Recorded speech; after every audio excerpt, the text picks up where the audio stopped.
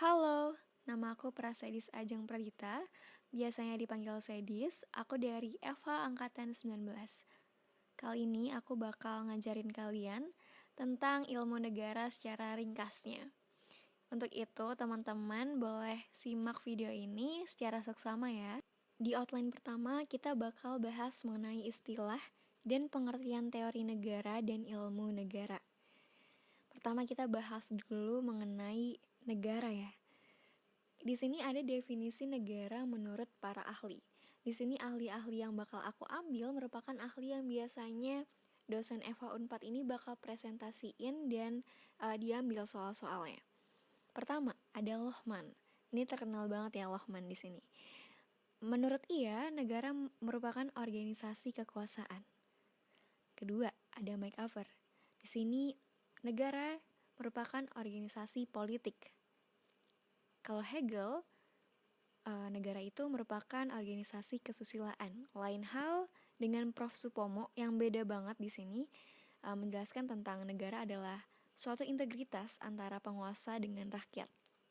Kalau teman-teman kurang paham nih integritas itu apa, integritas itu merupakan suatu mutu atau sifat atau keadaan yang menunjukkan satu kesatuan yang utuh, sehingga memiliki potensi dan kemampuan yang memancarkan kewibawaan serta kejujuran. Jadi kalau misalkan kalian dengar integritas tuh biasanya adalah kata sifat yang baik gitu ya. Bagaimana sih sebuah negara itu akhirnya bisa terbentuk? Nah, kali ini aku akan bagi dua. Jadi ada secara faktual dan secara sekunder. Kalau secara faktual nih gampang banget nih teman-teman, cuman ada 3. Yang pertama, karena ada suatu daerah kosong ditempati oleh suatu bangsa. Yang kedua, lepasnya suatu wilayah negara tertentu. Dan yang ketiga, peluburan beberapa negara menjadi satu negara baru. Ini make sense banget ya teman-teman. Nah, tapi ada yang secara sekunder yang mungkin ada istilah-istilah yang kurang bisa dipahami. Pertama, okupasi.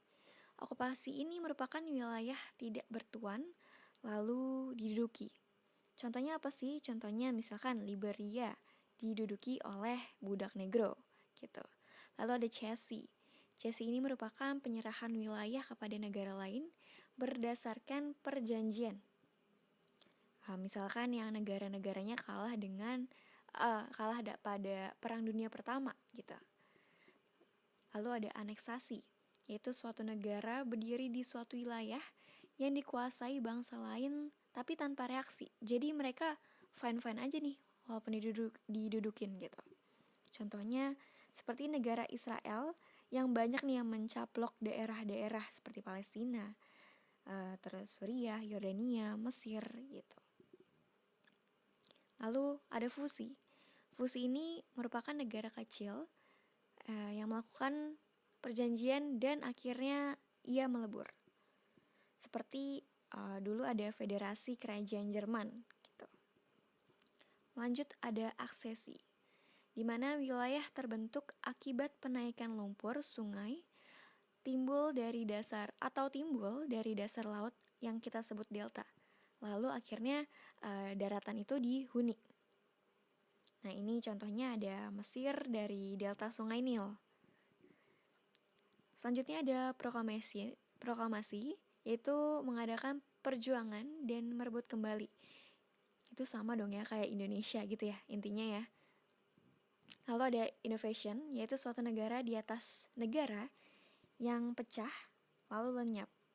Seperti halnya Kolombia, jadi Venezuela dan Kolombia gitu. Jadi pecah. Lalu ada separatisme. Jadi ini tindakan untuk memisahkan diri. Seperti apa sih? Seperti Belgia yang waktu itu memisahkan diri dari Belanda. Oke, di sini ada teori-teori negara. Ada 8 teori negara. Yang pertama aku bakal bahas satu-satu yaitu negara formal. Di sini negara dikaji dari sudut Dasolen bukan dari sudut Dasein. Apa sih sebenarnya? Dasolen adalah ekspektasinya, seharusnya apa yang kita lakukan. Kalau Dasein adalah realitanya, apa yang terjadi di lapangan gitu. Jadi gampangnya dikaji melalui sudut pandang normatif dan yuridis gitu dasarnya. Fungsinya di sini negara menjadi penjaga keamanan dan ketertiban sekaligus sebagai media artikulasi aspirasi masyarakat menurut kontrak sosial. Nah, di sini kalau negara formal ini banyak dianut oleh negara-negara yang pada abad 17 dan 19 gitu. Di sana tuh pemerintah cuman hanya menjalankan produk hukum yang udah dibikin sama badan legislatif. Tentunya produk hukum di sini merupakan produk hukum yang kurang baik karena tidak berpihak pada rakyat. Karena lembaga-lembaga ini diisi oleh orang-orang yang status ekonominya mapan gitu. Sehingga pemilu kalau di sini bilangnya membeli suara rakyat aja gitu. Next ada teori negara kapitalis klasik. Di sini negara dipandang sebagai organ kemasyarakatan dengan peran yang kecil. Dengan fungsinya tentunya cuman hanya social services gitu. Lalu ada teori negara Marxist klasik. Di sini negara dipandang sebagai badan yang tidak mandiri dan tidak memiliki kepentingan sendiri. Nah, agak bingung ya. Nah, fungsinya itu cuman untuk mengelola kepentingan kaum berjois. Di sini negara Marxist klasik ini serasanya tidak penting gitu. Karena negara cuman sebagai alat penindas kaum-kaum proletar.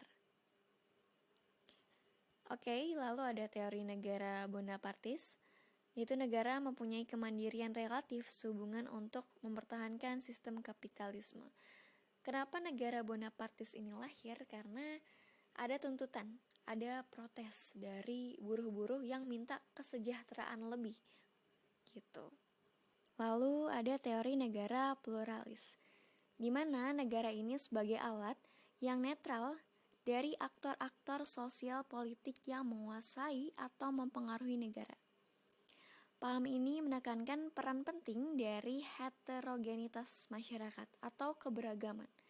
Karena pada dasarnya nih ya, gak mungkin ada satu kelompok yang secara eksklusif dapat mengendalikan negara. Yang mungkin terjadi adalah hanya kelompok dominan, bukan untuk mengendalikan seluruhnya gitu.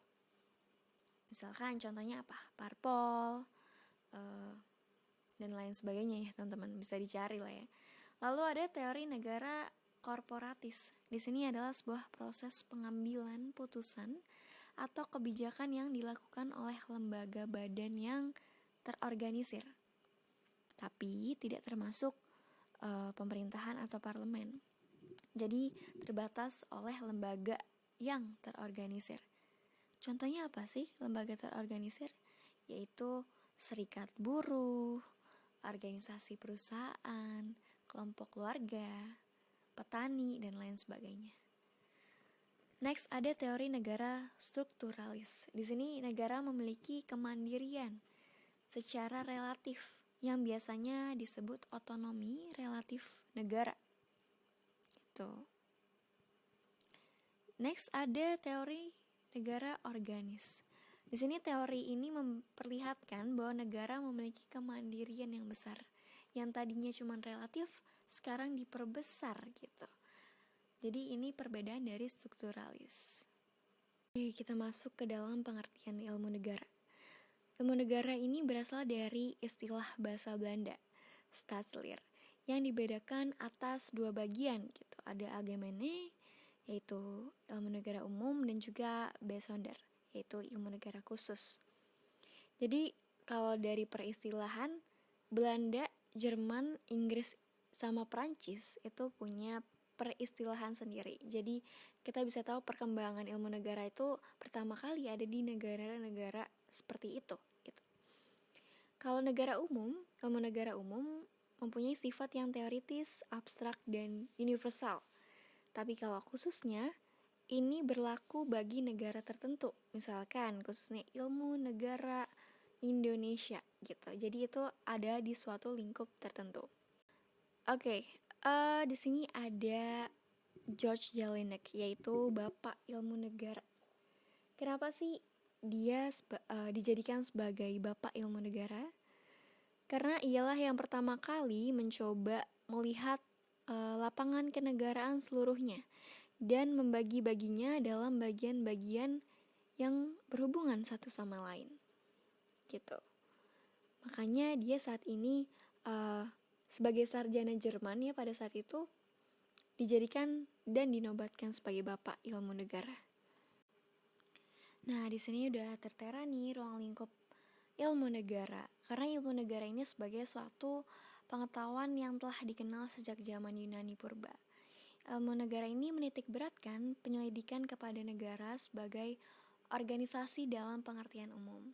Pada hakikatnya, ilmu negara dapat ditinjau dari dua sisi, yaitu sisi tinjauan sosiologis yang terdiri dari teori terjadinya negara, teori sifat hakikat negara, teori tipe-tipe negara, teori pembenaran hukum negara, dan ada sisi tinjauan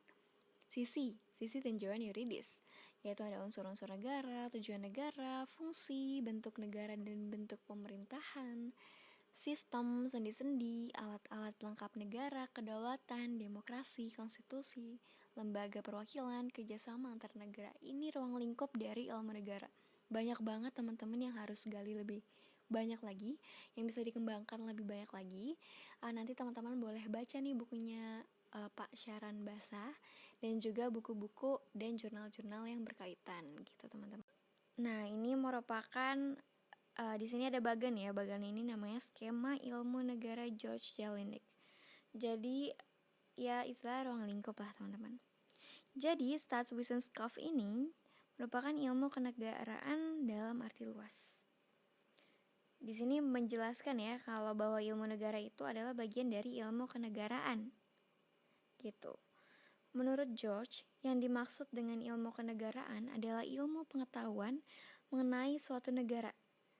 Sesimpel as that gitu.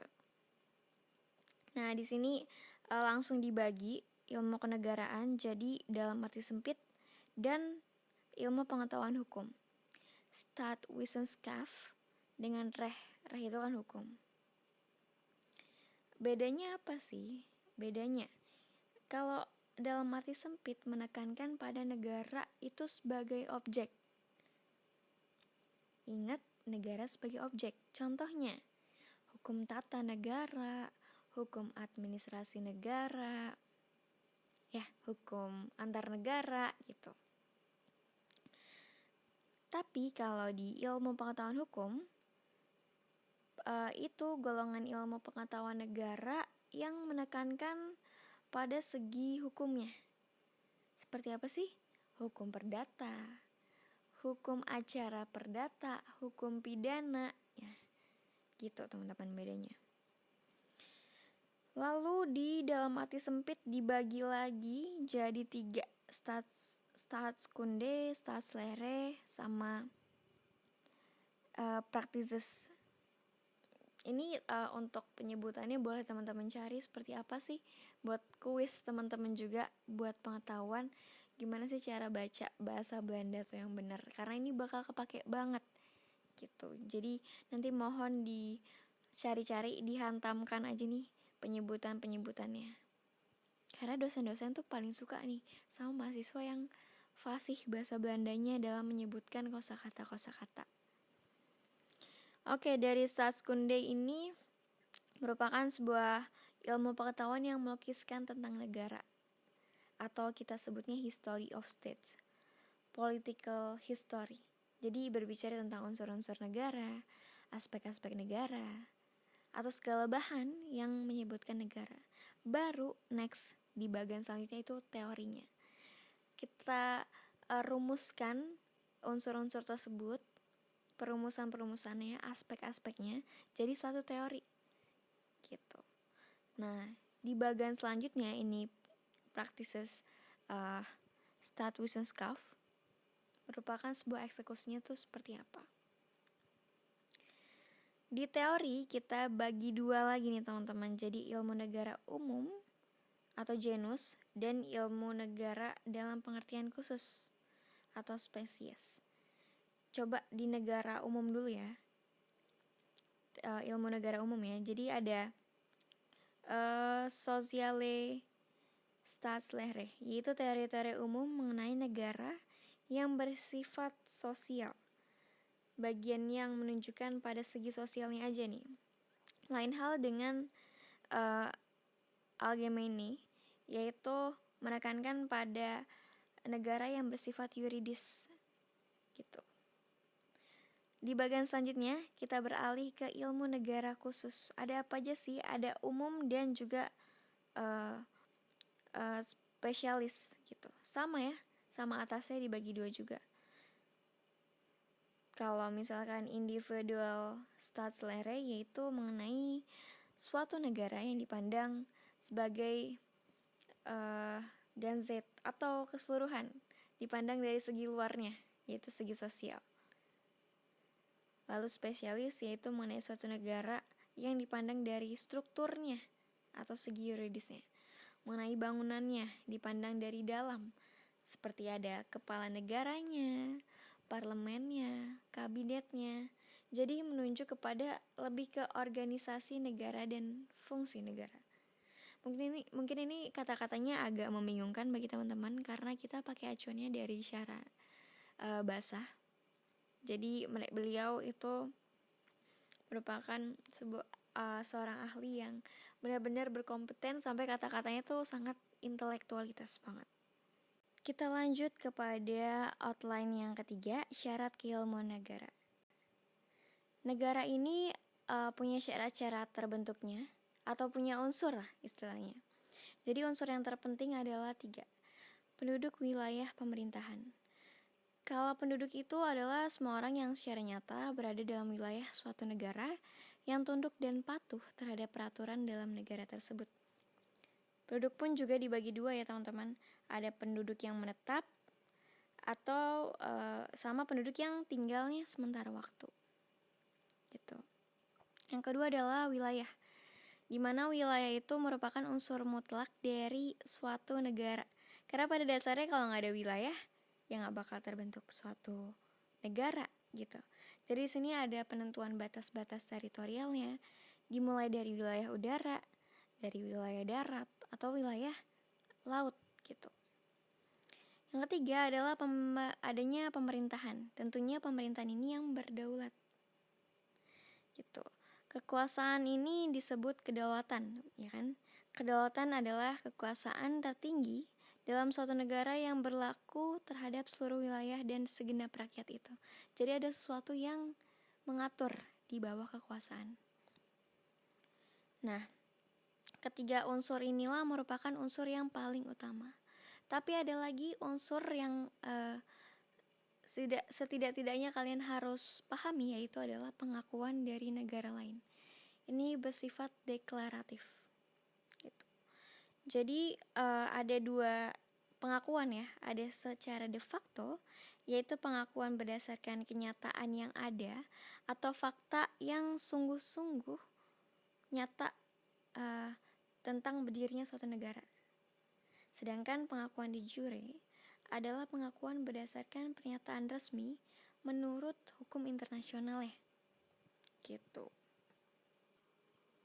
Oke, berbicara tentang kedaulatan tadi, pemerintah yang berdaulat. Kedaulatan pun sebagai ciri utama dari adanya negara. Di sini ada macam-macam teori kedaulatan. Yang pertama, kedaulatan Tuhan. Ini yang paling lama banget nih. Adalah suatu bentuk kekuasaan tertinggi yang sumbernya dari Tuhan dan diberikan kepada seorang raja atau penguasa. Sehingga rakyat harus mematuhi perintah si penguasa itu. Dan dalam teori ini penguasa dianggap sebagai utusan Tuhan atau wakil Tuhan. Karena telah dipercaya atau dipilih oleh orang-orang dalam memimpin suatu kekuasaan. Contohnya dulu kita mengenal nabi-nabi gitu. Lalu ada kedaulatan raja. Ini hampir sama-sama tipis karena raja ini masih dianggap sebagai utusan Tuhan atau utusan dewa gitu. Jadi ya banyak ya orang-orang yang mengaku-ngaku kalau misalnya dia utusan dewa gitu. Ini suatu bentuk kekuasaan tertinggi yang dipegang oleh raja. Dan dalam teori ini raja ini berkuasanya secara mutlak. Next ada kedaulatan negara. Kedaulatan negara adalah suatu bentuk kekuasaan tertinggi yang sumbernya dari suatu negara dan kekuasaan tersebut diserahkan kepada raja atas namanya negara gitu. Jadi di sini ada batasan terkait penguasanya. Lalu ada kedaulatan hukum. Kedaulatan hukum adalah suatu bentuk kekuasaan tertinggi yang sumbernya dari sebuah hukum. Negara yang menganut teori kedaulatan hukum ini, baik si pemimpin kekuasaan dan rakyat, harus bertindak berlandaskan hukum yang berlaku. Lalu terakhir ada kedaulatan rakyat yang seperti kita sering agung-agungkan atau sering kita dengarkan, yaitu bentuk kekuasaan tertinggi yang berada di tangan rakyat. Sehingga teori ini bertajuk dari rakyat, oleh rakyat, dan untuk rakyat. Lalu di outline keempat, kita membahas mengenai nilai, fungsi, dan status ilmu negara dalam pendidikan di Fakultas Hukum. Pertama ada nilai ilmu negara. Adanya totalitas. Ditemukan ketika objek penyelidikan dapat diselidiki secara menyeluruh. Tidak tertuju semata-mata pada satu negara tertentu saja. Jadi di sini adanya perbandingan negara satu dengan negara lainnya. Kedua, umum. Ketika melakukan kajian tentang konsep kenegaraan yang didapat dari gambaran secara keseluruhan yang mengandung genus segrip, bukan spesies begrip. Jadi secara umum aja, tidak secara spesialisis. Lalu ada abstrak. Nilai ini yang tidak nyata dan diperoleh sebagai akibat dari nilai-nilai totalitas dan juga umum. Lalu ada teoritis, perumusan dan konkretisasi cita sebagai lawan nilai praktis. Lalu ada bebas nilai, yaitu netral atau value free, yang tidak dipengaruhi oleh waktu, tempat, dan keadaan selaku faktor-faktor yang variabel nih sifatnya. Di sini dipaparkan juga mengenai fungsi ilmu kenegaraan. Fungsi di dalam ilmu pengetahuan alam ini mempunyai 4 arti, sedangkan menurut ilmu pengetahuan kerohanian mengandung 3 arti. Tapi dalam diperinci di bukunya Syahran Basah, jadi dibagi menjadi 4 poin. Pertama, fungsi ini bergantung kepada pengertian pertama dari ilmu pengetahuan alam. Kedua, fungsinya ini sebagai tugas, working. Lalu yang ketiga, fungsinya sebagai hubungan timbal balik antara bagian dan keseluruhan. Terakhir, fungsinya ini sebagai kerja atau working. Nah, kalau misalnya secara umum, yang secara orang awam deh pengen tahu fungsinya apa sih? Ya fungsinya itu sebagai pengantar untuk mata kuliah lain pada cabang-cabang ilmu kenegaraan seperti HTN, HAN, ilmu politik. Dan ini ilmu negara ini berfungsi sebagai ground wetenschap atau basis wetenschap, di mana pengetahuan dasar, pengetahuan basis yang harus kita ketahui sebelum kita belajar ke dalam ilmu-ilmu yang lebih khusus, yang objeknya tentu saja negara. Seperti apa sih status ilmu negara dalam pendidikan di Fakultas Hukum? Kalau dalam kurikulum inti dan kurikulum nasional itu sama aja. Ini sebagai matkul inti, MKDKH, matkul kuliah dasar keterampilan hukum. Itu bersama dengan PHI dan PIH dengan 3 SKS. Itu gampang aja teman-teman. Oke, di outline kelima ada hubungan ilmu negara dengan ilmu lainnya. Jadi kalau secara umum nih, pastinya ilmu itu nggak dapat dipisah-pisahkan dalam kotak-kotak yang terpaku mati, compartmentalization. Pasti ada satu hal atau 2 hal yang bersinggungan, walaupun secara ruang lingkupnya mungkin agak berbeda. Dan sama halnya dengan semua ilmu-ilmu sosial, khusus secara bersama-sama akan membentuk suatu ilmu sosial yang umum, yang tersalur ke dalam ilmu induknya. Ilmu-ilmu sosial itu seperti ilmu politik, hukum, kebudayaan, ekonomi, psikologi. Itu semua pasti ada unsur-unsur negaranya. Gitu. Lalu kalau secara hubungan secara khusus nih ya, kita kaitkan dengan ilmu-ilmu yang berkaitan lah dengan hukumnya sedikit. Kalau ilmu negara dengan HTN hubungannya apa sih? Nah, objeknya ini sama ya, negara.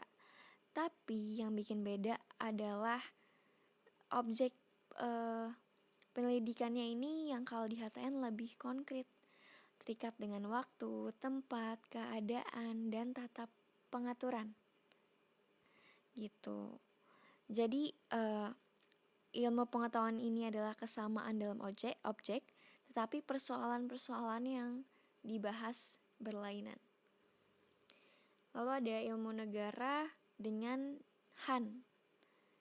Ilmu negara ini menyelidiki sendi-sendi pokok negara secara umum dan abstrak. Lain halnya, HAN justru mengkaji negara dalam keadaan yang bergerak. Nah, nextnya ada ilmu negara dengan ilmu politik nih, atau yang di FISIP di UNPAD. Ilmu negara memberikan pemahaman dasar mengenai hal-hal pokok mengenai negara. Sedangkan kajian aspek-aspek tertentu mengenai negara secara empiris dilakukannya oleh si ilmu politiknya. Lalu di outline ke-6 nih, ada pengertian pokok dan sendi pokok. Oke, di sini ada ilmu negara adalah ilmu pengetahuan yang menyelidiki pengertian-pengertian pokok dan sendi-sendi pokok daripada negara. Jadi sebenarnya kalau disimpulin ya, pengertian negara itu cuma gampang ya, ilmu yang mempelajari tentang negara gitu. Untuk pengertian artinya adalah tafsiran, artian. Pengertian artinya proses, cara, pembuatan memberi arti. Tapi kalau sendi, alas, dasar, serta fundamennya. Nah, dari mana sih pengertian-pengertian ini didapatkan? Kalau dianalogikan, pengertian ini adalah bahan hukum yang bisa dibagi dua menjadi bahan ideal dan juga bahan real. Nah, kalau bahan ideal itu adalah bahan yang mengandung dua unsur, yaitu unsur rasio dan juga unsur susila. Kalau unsur rasio adalah segala sesuatu yang didasarkan pada pikiran, termasuk akal gitu, maka lahirlah pengertian. Nah, pengertian ini yang sifatnya tetap atau tidak berubah-ubah. Oleh karena itu, pengertian pokok adalah artian yang sifatnya konstan kapanpun dan dimanapun kita berada. Lanjut kita masuk kepada unsur susilanya, yaitu segala sesuatu yang didasarkan pada moral dan berkaitan erat dengan etika, kesopanan, serta patut berdasarkan norma yang berlaku dalam kehidupan masyarakat yang baik. Nah, dari situ timbullah pengertian dari sendi, dasar, atau fundamen, akarnya dari situ nih teman-teman. Nah, kalau bahan real ini sebenarnya mengaitkan, tadi ada garis ke bawah ya, antara bahan real dengan sendi. Itu maksudnya dia bahan real itu juga yang membentuk pengertian dari sendi.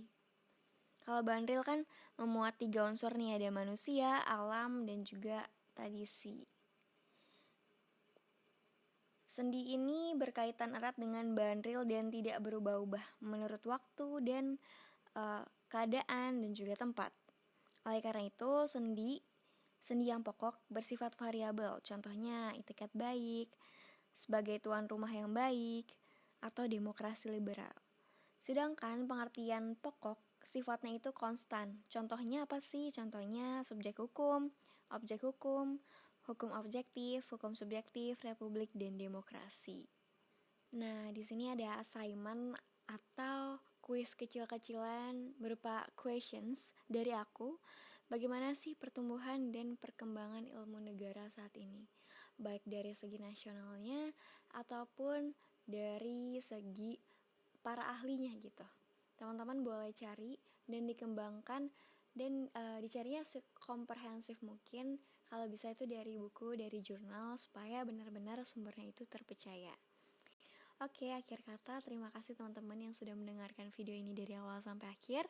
Semoga pelajaran ini sangat membantu teman-teman untuk menempuh perkuliahan ilmu negara.